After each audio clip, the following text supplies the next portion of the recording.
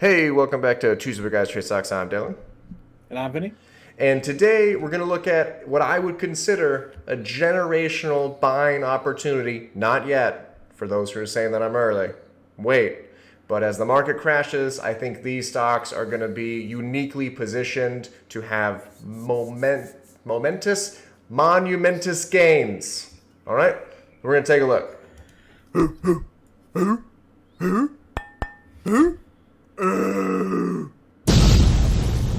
Tuesday with Guys Trade Stocks.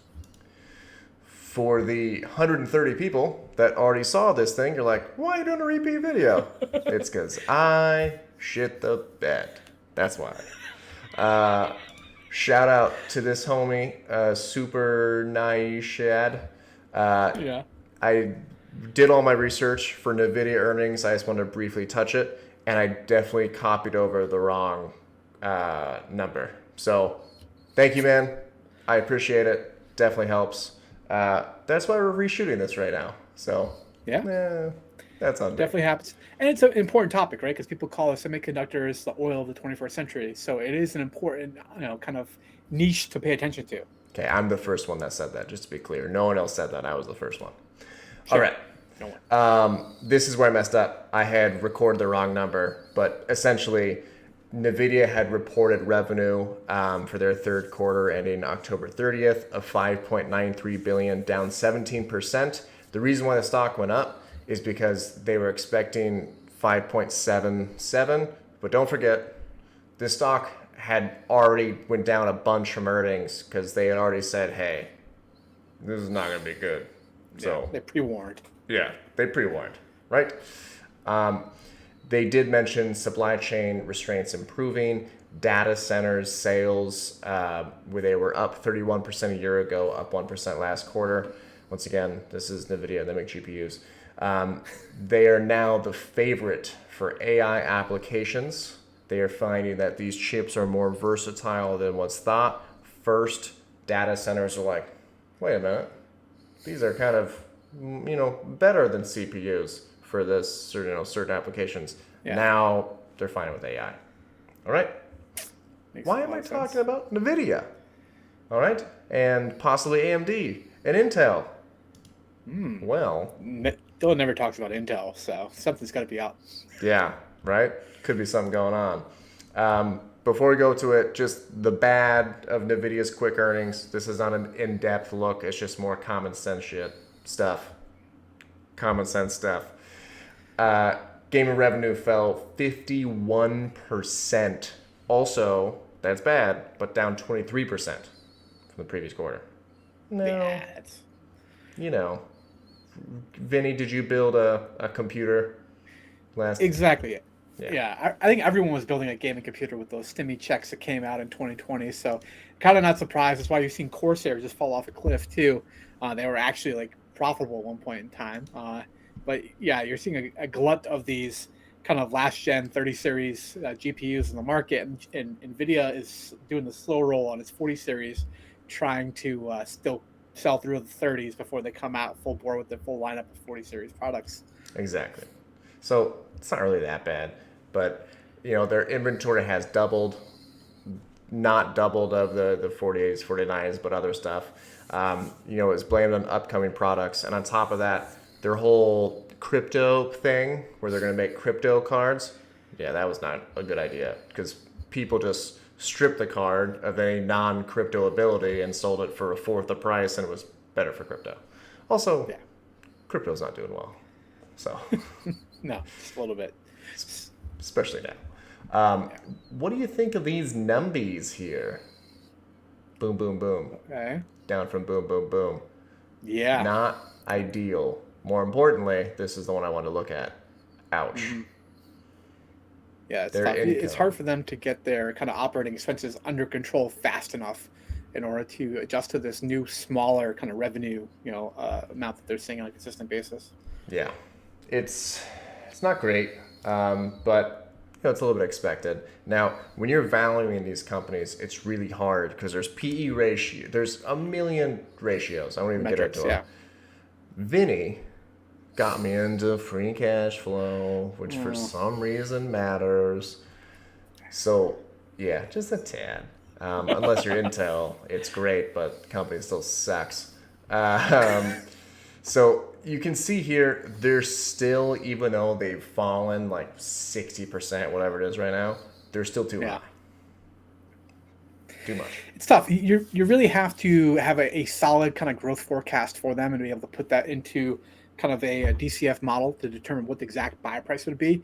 But it's elevated enough that it's hard for me to even like invest the time at this point to get on the granular level and see what sort of numbers I would put into it. But it still probably has a fair amount of room to go, I would imagine. Oh, yeah. And we're going to look at buy points. Don't you worry. Now, speaking of growth, hold on. That's what she said. There we go. The GPU market is expected to almost 10x because basically every single application, we're becoming more and more digital. AI is becoming more and more important. Ask Facebook, Google, Apple. It's incredibly important, and these chips are what's being used, right? A lot of companies make GPU chips. They make the best ones. They have like 80% market share. So that's pretty good. Yeah. All right. You don't often see this big of an increase over time for, the entire GPU market. It's kind of wild. Yeah. This is one of those rising tide lifts all boats kind of situation possibilities. Yeah.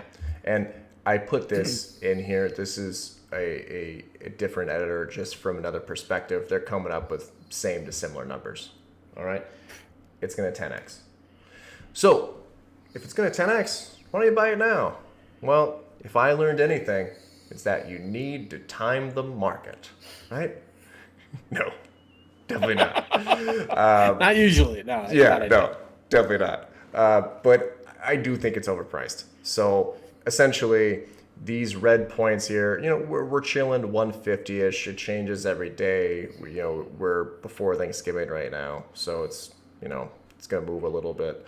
But 122 and what is that? 107 are two possible buy points that I think look pretty sexy for this company. Now, granted, that's still a 30% decrease from where we're at. Yeah, and that's purely based upon technicals rather than like discounted cash flow modeling or anything like that. Purely based on technicals. Now, this sexy little number, this little 77 here, I don't know if we can hit it, but if we do, this is where Dylan goes hard. All right, hard, like buying a lot. All right. Once again, that's a 50% drop, but this is a weekly chart, by the way. But I think there's a possibility if Michael Burry is right and we have a crash coming, I think we might be able to hit it. That's gonna make me very excited. Yeah. I guess that's an important lesson is to do your due diligence and during these downward periods and have your kind of triggered set points where you want to enter a stock and start scaling in those positions. That's kind of what I've been doing with Google and Meta over the last couple months. Even though I talk a lot of bearish game on here, I'm still buying stuff when I can. Yeah. And it's important because as much as we all want to get that perfect falling knife when a stock is tanking, you're like, oh, I'm going to get it the last cent. Never happens. It's helpful if you just have numbers in your head where you personally are okay with owning the stock at this price, regardless of what happens. Then, hey, you get the thing. You could even do some cash secured puts in case you don't get it and get some cash there. We should do a video on cash secured puts. AMD chilling around 72 to 75 right now. This kind of 55 level, kind of a recent low. I think it would be a decent buy, not a heavy buy, but a decent buy. Now, this one feels like a reach. This is $36. Very sexy. Yeah, it's been a while. But if we can hit it, going hard. All right? Yeah. Nice. Now, this next chart is is Vinny's favorite. And what you're going to see is that who would want to own this company, right? He's inevitably going to say, well, what about the dividends? What about the dividends? I prefer a 500% return, which is what AMD and Nvidia have given you, over 8. No, Yeah. but let's. I am not a dividend guy. Honestly, Intel is one I've actually scaled back our position a little bit in them. They are doing some good things, I think, in terms of their IDM2 strategy and trying to start this kind of fab, process, fab foundry. They're also doing. They have their own GPU, which came out, and it got They got a one. participation trophy. I don't know if you saw that. Hey. Basically, they said like, "Hey, there's another entry into the market. It's not the best, but it's a first gen product." That's kind of what the tech reviews basically said. Their 13th gen CPUs are going neck and neck with AMD with the Ryzen products, so they're still doing okay in terms of their products. However, they kind of whiffed in terms of the revenue loss that they've had, and they're investing heavily into building all these new fabs. But they're going to get some money from good old Uncle Sam towards that, so that's one nice thing for Intel. But yeah, I'm still not sold. The jury is out on whether or not Intel will turn out to be a wise investment from my perspective. Here's the problem that Intel has. They were killing it, and AMD was doing so bad. It was under different leadership. It was not under Lisa Su, Mm-hmm. who is amazing, by the way. They were absolutely killing it, and they got cocky. And then they started increasing their prices, all right? It's like if Walmart just beat everybody and then put an extra 100% price tag on every product. It got ridiculous. They got behind on their innovation. They didn't do enough R&D, they spent a bunch on R&D. It just didn't yield any results. Now you have this giant downward tank. If you notice, I had to scroll out to 2013 because that's how bad they are. Yeah.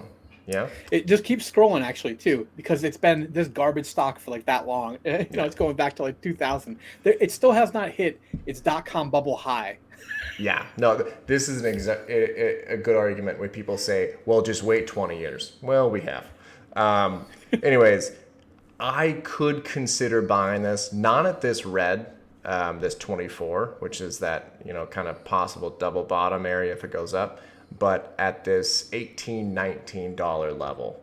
That's where I would actually be like, all right, I'll throw you a couple 100 shares. I don't know. I'll have to see if it actually does. But that would be, in my opinion, an actual interesting buy. Okay. Yeah. So let's pick 10 technicals. So tell you what, I will look at both AMD and Nvidia, and based upon like numbers, we can do like a separate video based upon my like cash flow projections for them and multiple out to like say 2028 or something like that. Yeah. It's going to be above that yellow price for both of them, which is why that yellow price is pretty sexy. That's my dream price. All right. Yeah. All right, guys. Sorry for the messed up video. I do appreciate that one dude calling it out. That helps me a lot. So yeah, give us a like and subscribe for the terrible quality we put on this. So later. Catch you guys in the next one.